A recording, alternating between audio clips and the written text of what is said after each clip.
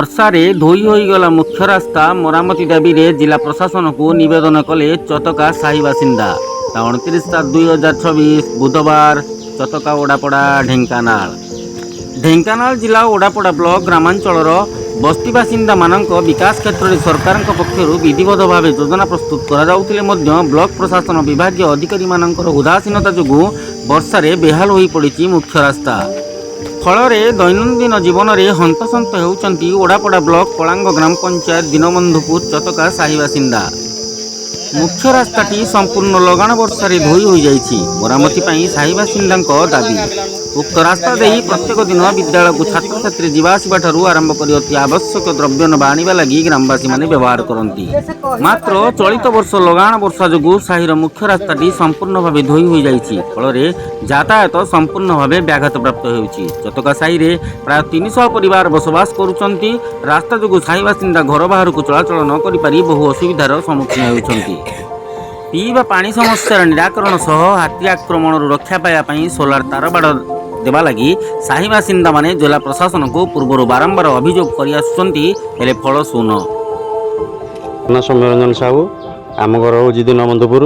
ଆମର ଢେଙ୍କାନାଳ ଜିଲ୍ଲାର ଓଡ଼ାପଡ଼ା ବ୍ଲକ କଳାଙ୍ଗ ଗ୍ରାମ ପଞ୍ଚାୟତର ଦୀନବନ୍ଧୁପୁରର ଚତକା ଗାଁ।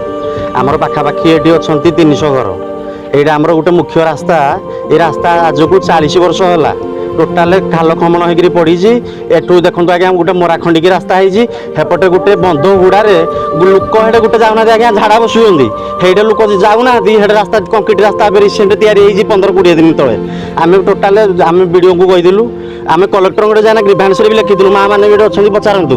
ଟୋଟାଲ ଗ୍ରିଭାନ୍ସ ଲେଖିଛୁ, ସେମାନେ ଟୋଟାଲ ଆମ ପ୍ରତି କିଛି ଶୁଣୁନାହାନ୍ତି। ଏବେ ଯେଉଁ ବନ୍ୟା ହେଲା, ପାଣି ହେଲା ବର୍ଷା ଯେଉଁ 7-8 ଦିନ ତଳେ, ଟୋଟାଲ ରାସ୍ତା ଆଡ଼େ ଗୋଟେ ବାଇକ୍ ଯାଉନି। ସ୍କୁଲ ଛୁଆ 3 କିଲୋମିଟର ଦୂରରୁ ଆସୁଛନ୍ତି। ତାଙ୍କ ମାଆ ମାନେ ଆଜ୍ଞା ମରାଖଣ୍ଡିଟା ଆଡ଼େ ଏକୁଟିଆ ଜାଗା, ସେମାନେ ତାଙ୍କ ଛୁଆଙ୍କୁ ଚାଲି ଚାଲି ଧରି ଆସୁଛନ୍ତି। ଗାଡ଼ି ଏଠୁ ଆସୁଛି ନେଇକିରି ଯାଉଛି। ଟୋଟାଲ ଆମ କଥା ପ୍ରଶାସନ ଏଇ କଥାଟା ଟିକେ ବ୍ୟବସ୍ଥା କରୁ, ନହେଲେ ଆମେ ଆଗକୁ ନହେଲେ ଯିବୁ, ନହେଲେ ଆମେ ଏଠି ଶୋଇକିନା ମରିବୁ। ଏଇ ଯେଉଁ ମୁଖ୍ୟ ରାସ୍ତା ଅଛି, ଜିଲ୍ଲା ପ୍ରଶାସନକୁ ଅନୁରୋଧ, ସେ ତୁରନ୍ତ ମୁଖ୍ୟ ଏଇଟା ଜିନିଷ ମାନେ ତୁରନ୍ତ ସର୍ଟ ଆଉଟ୍ କରୁ, ୟାକୁ ମରାମତି କରୁ। କମ୍ ସେ କମ୍ ନୂଆ ନ କଲେ ନାହିଁ, ମରାମତି କରୁ, ମରମ ଟିକେ ପକାଉ। ଆମେ ଯିବା ଆସିବା ପାଇଁ ଅସୁବିଧା ହେଉଛି, ନହେଲେ ଆଗକୁ ଆମେ ରାଜରାସ୍ତା ବୁଲେଇବୁ ନା କ'ଣ ଭାଇମାନେ କହୁଛ? ମୁଁ ମିନତି ଜେନା, ଅଙ୍ଗନବାଡ଼ି ସହାୟିକା ଜଣେ ଦୀନବନ୍ଧୁପୁର ବଧ୍ୟାବରଣର ସହାୟିକା ଜଣେ। ଆମ ଦୀନବନ୍ଧୁପୁରର ରାସ୍ତା କିଛି କମ୍ପ୍ଲିଟ୍ ହୋଇପାରିନି। ଚାରିଆଡ଼ୁ ଖାଲ ଖମଣ ହେଇ ପାଣି ଜମୁଛି। ତାପରେ କୌଣସି ସୁବିଧା ଆମ ପ୍ରଶାସନ କିଛି ନେଉନାହାନ୍ତି। ତେଣୁ ଆମେ ପ୍ରଶାସନକୁ ସମସ୍ତ ଅନୁରୋଧ କରୁଛୁ ଯେ ଶୀଘ୍ର ରାସ୍ତାର ସୁବିଧା କଲେ ଆମେମାନେ ଚିରପ୍ରକୃତ ହେବୁ। ଚତକା ସାହିର ମୁଖ୍ୟ ରାସ୍ତାଟି ମରାମତି କଲେ ଆମ୍ଭେମାନେ ସମସ୍ତେ ଚିରପ୍ରକୃତ ହେବୁ। ସ୍କୁଲ ମଧ୍ୟ ଯାଇପାରୁନାହାନ୍ତି। ଆମେ ମଧ୍ୟ ଯିବା ଆସିବାରେ ଅସୁବିଧା ସମ୍ମୁଖୀନ ଭୋଗୁଛୁ। ତାପରେ ଚାରିଆଡ଼େ ପାଣି ମଧ୍ୟ ଜମିଛି, ଖାଲ ଖମଣ ହୋଇ ଚାରିଆଡ଼େ ପଡ଼ିଛି।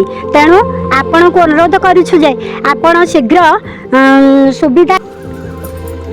ଏବେ ସାହି ବାସିନ୍ଦାମାନେ ଜିଲ୍ଲା ପ୍ରଶାସନକୁ ଚେତାବନୀ ଦେଇଛନ୍ତି, ଯଦି ଆଗାମୀ ଦିନରେ ସାହିର ମୁଖ୍ୟ ରାସ୍ତା ମରାମତି ନ ହୁଏ ତାହେଲେ ପୁରୁଷୋତ୍ତମ ଜେନା, ଅକାରଣ ବିଶ୍ୱାଳ, ଦୁର୍ଯ୍ୟୋଧନ ସାହୁ, ଅନିତା ମୁଦୁଲି, ଲକ୍ଷ୍ମୀଧର ନାୟକ, ଲିପି ମୁଦୁଲି, ସରସ୍ୱତୀ ସାହୁ, ମଞ୍ଜୁଲତା ମୁଦୁଲି, ଲୀତା ପ୍ରଧାନ ପ୍ରମୁଖଙ୍କ ନେତୃତ୍ୱରେ ଗ୍ରାମବାସୀ ରାଜରାସ୍ତାକୁ ଓହ୍ଲାଇବେ। ଚତକା ଓଡ଼ାପଡ଼ା ବ୍ଲକ ଢେଙ୍କାନାଳରୁ ଭିଉ ପ୍ରସାଦ ଶତପଥୀଙ୍କ ରିପୋର୍ଟ, ସମଗ୍ର ଓଡ଼ିଶା ସେବା ଅଭିଯାନ।